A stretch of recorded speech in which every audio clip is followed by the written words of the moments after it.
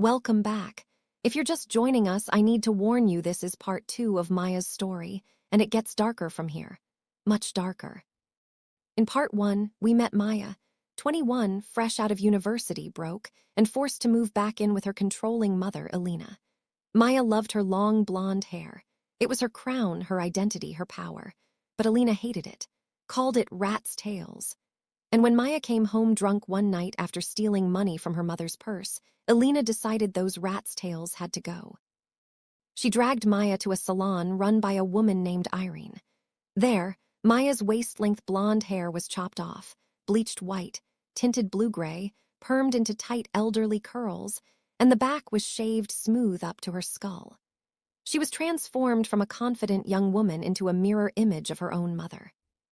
The final humiliation. Elena posted the photos online with the caption, "Finally chopped off my dirty rat's tails, absolutely loving my new look." But that wasn't the end of Maya's nightmare. It was just the beginning. Because what happens when you can't escape? When fighting back only makes things worse? When the only way to survive is to stop resisting? This is part 2, and I promise you, by the end, you won't know whether to feel sorry for Maya or terrified of her. Let's continue. Maya woke the next morning to sunlight burning through her eyelids. For one beautiful, half-conscious moment, she forgot. Then her hand moved to her head. The curls were still there, rigid, crunchy with hairspray. They hadn't moved at all during the night. No pillow imprint, no softness. They felt like a helmet made of wire. She sat up slowly and touched the back of her neck. Bare skin, smooth, exposed. The panic hit her chest like a fist. She stumbled to the mirror. The woman staring back was a stranger. Short blue-gray curls formed a perfect, rounded dome around her head. The sides were tight and severe. The back shaved clean, showed pale, vulnerable skin all the way up to her skull. She looked 50 years old. Maya tried different expressions. A smile, a pout, the flirty look she used to give boys at clubs. Nothing fit. The face in the mirror didn't belong to the girl who danced until 3 a.m., who kissed strangers by the DJ booth, who felt powerful in short skirts and heels. That girl was gone. And standing in her place was, who? Maya's internal voice shifted without her realizing it. The girl I knew wouldn't survive in this body, asterisk, she thought. Not my body. This body. She stopped saying my hair that morning. In her head it became the hair. Something worn, not something owned. It was the first crack in her mind, but she didn't notice it yet. 3 days later, Elena sent her on an errand. "Go to the chemist and pick up my prescription," her mother said, handing her a small piece of paper. "And don't dawdle." Maya pulled on one of the cardigans her mother had left in her wardrobe. A navy blue one that smelled faintly of lavender and old fabric. She looked in the mirror one last time before leaving. The woman looking back was respectable, modest, invisible. She walked to the chemist with her arms wrapped around herself, hyper-aware of every person she passed. But something strange happened. No one looked at her. Not the way they used to. The teenage boys outside the corner shop didn't glance up. The man walking his dog didn't do a double take. The group of girls her age didn't give her a jealous once-over. She was nothing. At the chemist, she handed over the prescription. The woman behind the counter smiled politely. "There you are, ma'am," she said, passing over the small paper bag. Ma'am. Maya was 21 years old. She walked home in a daze. And here's the thing that disturbed her most. She felt relieved. No eyes on her, no performance required, no need to smile, to pose, to be looked at. For the first time in years, she wasn't being appraised. And it felt safe. That realization should have scared her. It didn't. The days blurred together. Maya stopped checking her phone. The comments on the Facebook photo her mother had posted were brutal. Friends sent private messages, some concerned, some mocking. Boys she'd hooked up with sent laughing emojis. She deleted the apps. Elena seemed pleased. "You're finally settling down," she said approvingly over breakfast one morning. "Acting your age." Maya nodded and ate her porridge. But something else was happening beneath the surface. The old reflexes were dying. She'd walk past a shop window and catch her reflection and feel nothing. No grief, no anger. Just observation. One morning, she woke up early. The house was silent. She went to the bathroom and stared at the bottles lined up on the shelf. The blue rinse, the extra hold hairspray, the setting lotion Irene had recommended. She picked up the blue rinse. Read the instructions carefully. Applied it herself. Timed it precisely, rinsed it thoroughly. When she looked in the mirror, the color was perfect. Exactly the same icy blue-gray. She felt nothing. No shame, no rebellion. Just efficiency. She was learning the rules of the prison better than the warden. 2 weeks later, Maya did something that would have been unthinkable before. She asked to go back to the salon. "Mother," she said at breakfast, "I think the perm is starting to loosen. Should I book an appointment with Irene?" Elena's fork stopped halfway to her mouth. For a moment, she just stared. Then slowly, she smiled, but there was something uncertain in her eyes. "Yes," she said carefully. "Yes, that's very sensible of you, dear." Maya called Irene herself, made the appointment, confirmed the time. When the day came, she walked to the salon alone. The bell above the door tinkled as she entered. Irene looked up from her magazine, her face breaking into a wide smile. "Maya, how lovely to see you, dear. Your mother said you'd be coming." "Yes," Maya said. Her voice was calm, flat. "The curls are loosening at the crown, and I think the color needs refreshing." Irene's smile faltered slightly. She gestured to the chair. Maya sat. As Irene began sectioning the hair, Maya asked questions.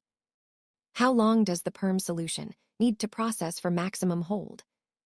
Irene blinked. "Well, usually 15 to 20 minutes, but..." "And the blue rinse, how often should it be applied?" "Every 2 to 3 weeks." "What about the neckline? How frequently does it need to be shaved to stay clean?" Irene's hand slowed. She looked at Maya in the mirror. Really looked at her. And for the first time, Irene seemed unsettled. Because this wasn't a victim asking questions. This was someone learning a skill. Maya left the salon an hour later with fresh curls, a renewed blue tint, and a freshly shaved nape. She paid with money her mother had given her. And she thanked Irene politely before leaving. Irene watched her go. A strange expression on her face. Somewhere deep down, she realized, this was no longer punishment. This was adoption. Back at home, things began to shift in ways Elena didn't understand. Maya no longer argued. She didn't cry. She didn't slam doors or make sarcastic comments. She simply complied. But it was a compliance without emotion. One morning, Elena laid out clothes for Maya on her bedazzled brown tweed skirt and cream blouse. When she returned an hour later, Maya was already dressed. But she'd chosen the gray cardigan instead, and a different pair of shoes. Elena froze in the doorway. "I thought the brown would be better," Maya said simply. It wasn't defiance, it was just a choice. And somehow, that was more frightening than rebellion. Because control requires resistance. Without resistance, authority destabilizes. Elena started watching Maya more carefully. Maya's face had become unreadable. She moved through the house like a ghost, efficient, quiet, compliant. But something was wrong. One evening, Elena complained at dinner. "Ugh, my hair is driving me mad. It's getting so unruly between appointments. I really need to ring Irene." Maya looked up from her plate. "I could do it," she said. Elena's fork clattered against her plate. "What?" "Your hair. I could tidy it up. Just the nape and sides. You always say it looks unkempt when there's hair on the neck." Elena stared at her daughter. Maya's face was perfectly calm. "I suppose that would be all right," Elena said slowly. "Just a trim." Maya nodded. The next morning, Maya set up a chair in the kitchen. She laid a towel over the back, gathered scissors, clippers, and a comb from the bathroom. Elena watched with growing unease. "Just a small trim," she reminded Maya. "Don't take off too much." "Sit," Maya said. Her voice wasn't harsh, it was just certain. Elena sat. Maya draped the towel around her mother's shoulders, tucked it in carefully, exactly the way Irene had done to her. She picked up the scissors, started at the crown. Sectioning, clipping. The scissors made soft, rhythmic sounds. Snip, snip, snip. "Not too short, dear," Elena said. Maya cut another inch. "Maya, it grows out uneven if you don't go short enough." Elena fell quiet. Maya worked methodically around the sides. The hair fell in soft gray clumps onto the towel, onto the floor. Shorter, shorter than Elena's usual style. Much shorter. Then Maya set down the scissors and picked up the clippers. Elena's body went rigid. "What are you?" "The nape," Maya said simply. "It looks unkempt when there's hair on the neck." Elena's own words, her own philosophy. The clippers buzzed to life. "Maya, I don't think." Maya didn't respond. She placed the cold metal blades at the base of her mother's skull and pushed upward. A wide path of pale, exposed skin appeared. "Maya, that's too high." Maya didn't stop. She traced a clean line up the back of Elena's head. High, aggressive, much higher than Elena had ever worn it. Then she moved to the sides. The clippers cleared the hair above Elena's ears. Skin appeared where there had always been soft gray curls. Maya, stop. The clippers continued their work. Up the sides, around the ears, creating a stark, severe line. When Maya finally clicked off the clippers, the silence was deafening. Elena's hands flew to her head. She touched the shaved sides, the exposed nape, the short, tight curls that remained on top barely more than an inch long. Her fingers trembled as they traced the bare skin. Her face had gone completely white. "There," Maya said, her voice perfectly even. "Much neater." She brushed the hair off Elena's shoulders with clinical efficiency. Their eyes met in the small mirror Maya had propped against the wall. Elena stared at herself. At the severe, masculine cut, at the shaved sides, at the exposed, vulnerable neck. She saw what she had become, saw what she had made. And in Maya's eyes, nothing. No anger, no satisfaction, no emotion at all. Just completion. Maya swept the hair into the bin, without ceremony. Gray clippings mixed with dust and tea bags. Elena sat very still at the kitchen table, one hand pressed against her bare nape. "It's more practical this way," Maya said, rinsing the scissors in the sink. The water ran gray with tiny clippings. She dried the scissors carefully, put them back in the drawer. Then she went upstairs. In the bathroom mirror, her own reflection waited. Identical curls, identical shaved sides, identical blue-gray tint. She touched the back of her own neck, smooth, exposed. Then she touched her mother's scissors in her pocket. The house was very quiet. Somewhere downstairs, Elena was still sitting at the kitchen table, touching her hair. Or what was left of it. Maya looked at herself one last time. The woman in the mirror looked back. Calm, neat, controlled. Perfect. The cycle was complete. And that's where Maya's story ends. Or does it? Because here's the question I want to leave you with. Did Maya win? Did she lose? Did she escape her mother's control, or did she just become the thing that controlled her? There's no easy answer. That's what makes this story so disturbing. Maya didn't break free. She didn't fight back in any way that brought her freedom. She simply adapted. And in adapting, she became something else entirely. Not a victim, not a rebel. Something colder. This is what happens when control stops flowing one way.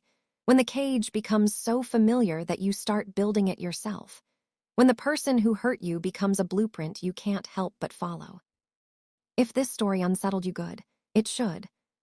If you want to see more psychological horror stories like this, Hit that like button and subscribe. Drop a comment telling me what you think Maya should have done. Could she have escaped? Or was this always how it was going to end? And if you know someone who needs to hear this story, someone trapped in a cycle they can't see, share it with them. Sometimes the scariest stories are the ones that feel a little too real. Thanks for watching, or listening, or reading. And remember, the most dangerous prisons are the ones we build inside our own minds. I'll see you in the next one.